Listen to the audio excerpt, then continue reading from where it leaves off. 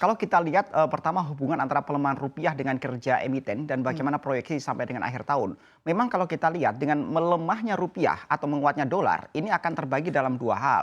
Satu, ketika perusahaan emiten yang berorientasi pada ekspor, maka justru kondisi ini mendapatkan sentimen positif. Karena mereka akan mendapatkan perbaikan kinerja ketika berorientasi ekspor.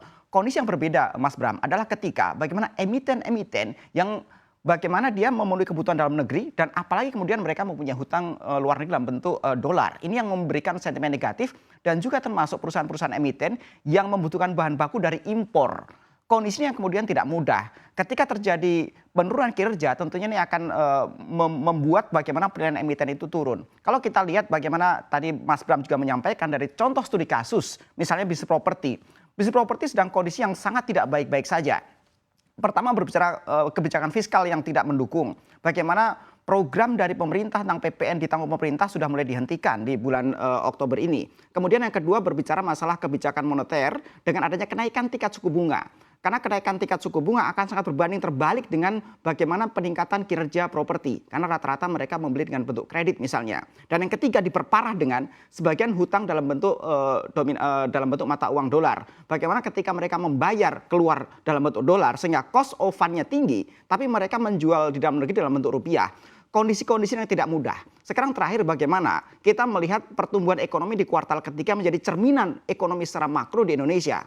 Kita lihat bagaimana kemarin Mas Bram, BPS mengumumkan bahwa kuartal ketiga kita bisa tumbuh di atas 5,7%. Sebuah angka yang cukup menggembirakan. Tapi kalau kita lihat sebenarnya sebagian besar dari pertumbuhan ekonomi itu ditopang oleh konsumsi rumah tangga. Dan kita lihat konsumsi rumah tangga Mas Bram itu masih ditopang oleh BLT pemerintah sampai dengan bulan Desember nanti sebesar 24,7 triliun. Artinya ini adalah sebuah kondisi yang tidak sustain. Sampai dengan akhir tahun perkiraan kita ekonomi akan cenderung bagus, pertumbuhan ekonomi masih bisa achievable di atas 5% secara agregat, bahkan bisa sampai 5,2% sesuai dengan proyeksi awal di tahun 2022. Tapi tentunya kondisi yang berbeda Mas Bram akan kita hadapi di tahun 2023. Kondisi ekonomi yang lebih menantang, daya beli masyarakat yang turun, dan inflasi yang cenderung naik. Ini tentunya akan menjadi poin-poin dan PR tersendiri. Baik buat pemerintah maupun buat pelaku usaha. Dan juga termasuk teman-teman yang ada di asosiasi emiten melihat bahwa ini akan menjadi sebuah hal yang challenging untuk tahun depan. Demikian Mas Bram. Oke, berarti angka 5,72% ini masih banyak ditopang oleh pemerintah yang memboosting dari daya beli masyarakat. Apabila nanti bantuan itu juga tidak ada, bisa langsung merosot di bawah 5% kah? Kalau kita cermati pada bulan September kemarin Mas Bram, ketika pemerintah dalam konteks kebijakan fiskal, mereka mengurangi subsidi BBM, satu paket dengan pengurangan subsidi BBM, mereka kemudian memberikan BLT. Tapi BLT itu hanya mampu bertahan selama 4 bulan, bulan September, Oktober, November, Desember, sebesar 24,7 triliun.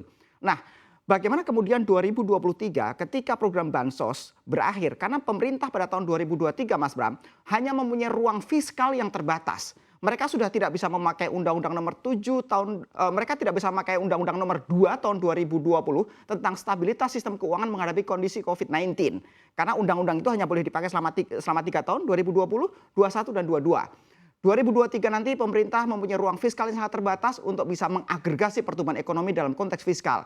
Dan ini yang akan ditunggu oleh dunia usaha, makanya dunia usaha melihat Mas Bram bahwa 2023 pertumbuhan ekonomi akan cenderung melandai. Tidak akan seagresif tahun 2022 ini. Untuk itulah kemudian teman-teman yang di asosiasi emiten melihat perlu sebuah corporate action yang lebih preventif agar tahun 2023 nanti minimal bisa survive dan bahkan potensinya bisa tetap bertumbuh. Harapan kita adalah Mas Bram, bagaimana pemerintah bisa mengintervensi dunia usaha melalui kebijakan fiskal maupun moneternya sehingga bisa lebih pro dengan pertumbuhan dan pro dengan pemerataan. Itu yang kita harapkan Mas Bram. Oke, di 2023 begitu banyak sekali tantangan, bahkan pertumbuhan ekonomi Anda melihatnya juga akan terjadi perlambatan juga. Ya. Nah, ini Anda tadi mengatakan juga pelaku usaha mencoba untuk survive. Ya. Bentuk survive seperti apa yang memang akan dilakukan dan juga diantisipasi oleh para pelaku usaha Pak Ajib?